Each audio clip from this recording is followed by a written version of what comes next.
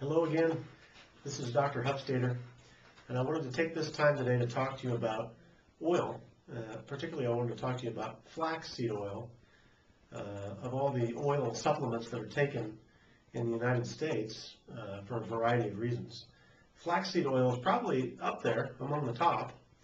People take a lot of fish oil, a lot of cod liver oil, but they take a lot of flaxseed oil in this country. And I want to talk to you about the benefits of flaxseed oil and some caveats to keep in mind if you're one to use flaxseed oil. Flaxseed oil is probably the finest buffer for cholesterol as far as natural oils that we know of. And the reason for that is because flaxseed oil, the oil from the flax seed, of all the oils that have been measured in terms of their saturation level, flaxseed oil is the most unsaturated of all the oils there is. And that comes with some benefits and there's a downside to it too. But one of the benefits of the high unsaturation level of flaxseed oil is that it will tend to buffer the cholesterol, the cholesterol rising tendency of the saturated fats. So when you consume saturated fats, it's not controversial that it causes cholesterol to increase. It causes all cholesterol to increase, cholesterol that's carried in both high density and low density lipoproteins, the so-called good and bad cholesterol.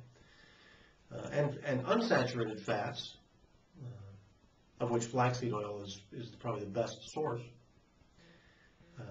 tend to lower cholesterol. So, and all types of cholesterol. So what we talk about is the unsaturated fats having cholesterol buffering capacity. And flaxseed oil is by far the best. Now, I want to make sure you understand, I don't have any problem with saturated fats. In fact, many people are deficient in high quality saturated fats. And I don't have any problem with high levels of cholesterol in the blood. I know that's very controversial. I don't know why it is.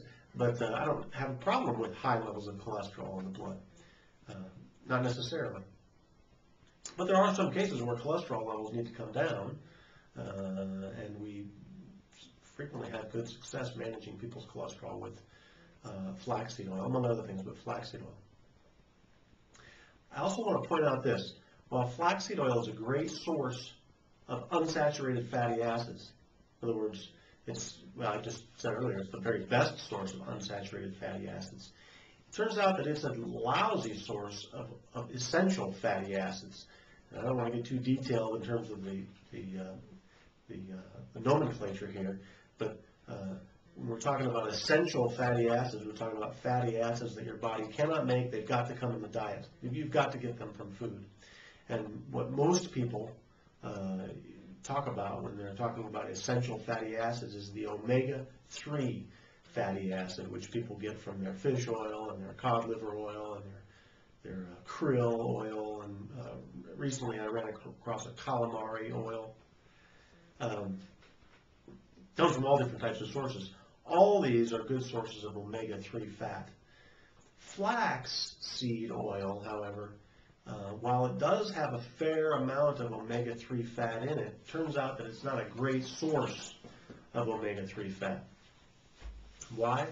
Because the omega-3 fat that's inside flaxseed oil is in a particular form that has to be converted.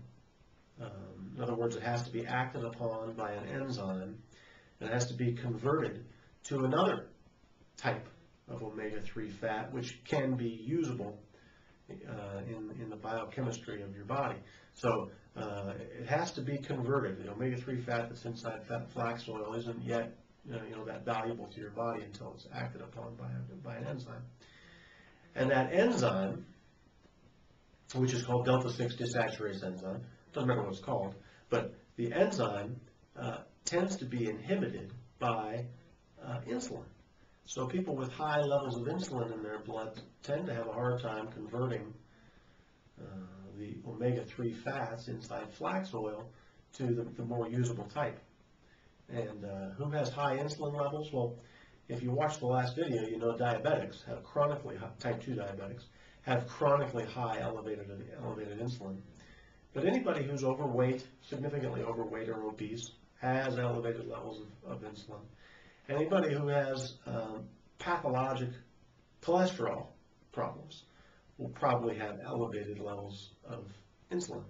So the use of flaxseed oil as a source of omega-3 fat for those people isn't a great source. They should look to fish oil or cod liver oil or some other source.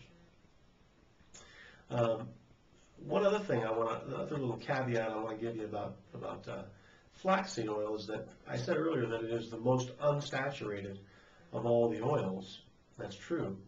And that comes at a pretty significant cost because flaxseed oil will be oxidized and begin to ferment very quickly, very quickly.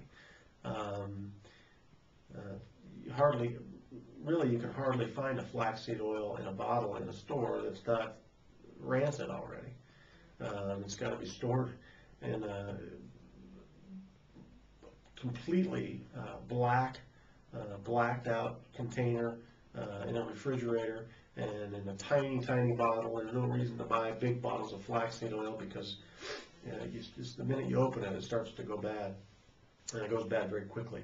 Ideally, it ought to be, if you're going to use it, it ought to be taken in capsule form. So that's the downside. It does go bad very quickly. It must be stored in the refrigerator, and it's got to be in a tiny bottle or in a capsule.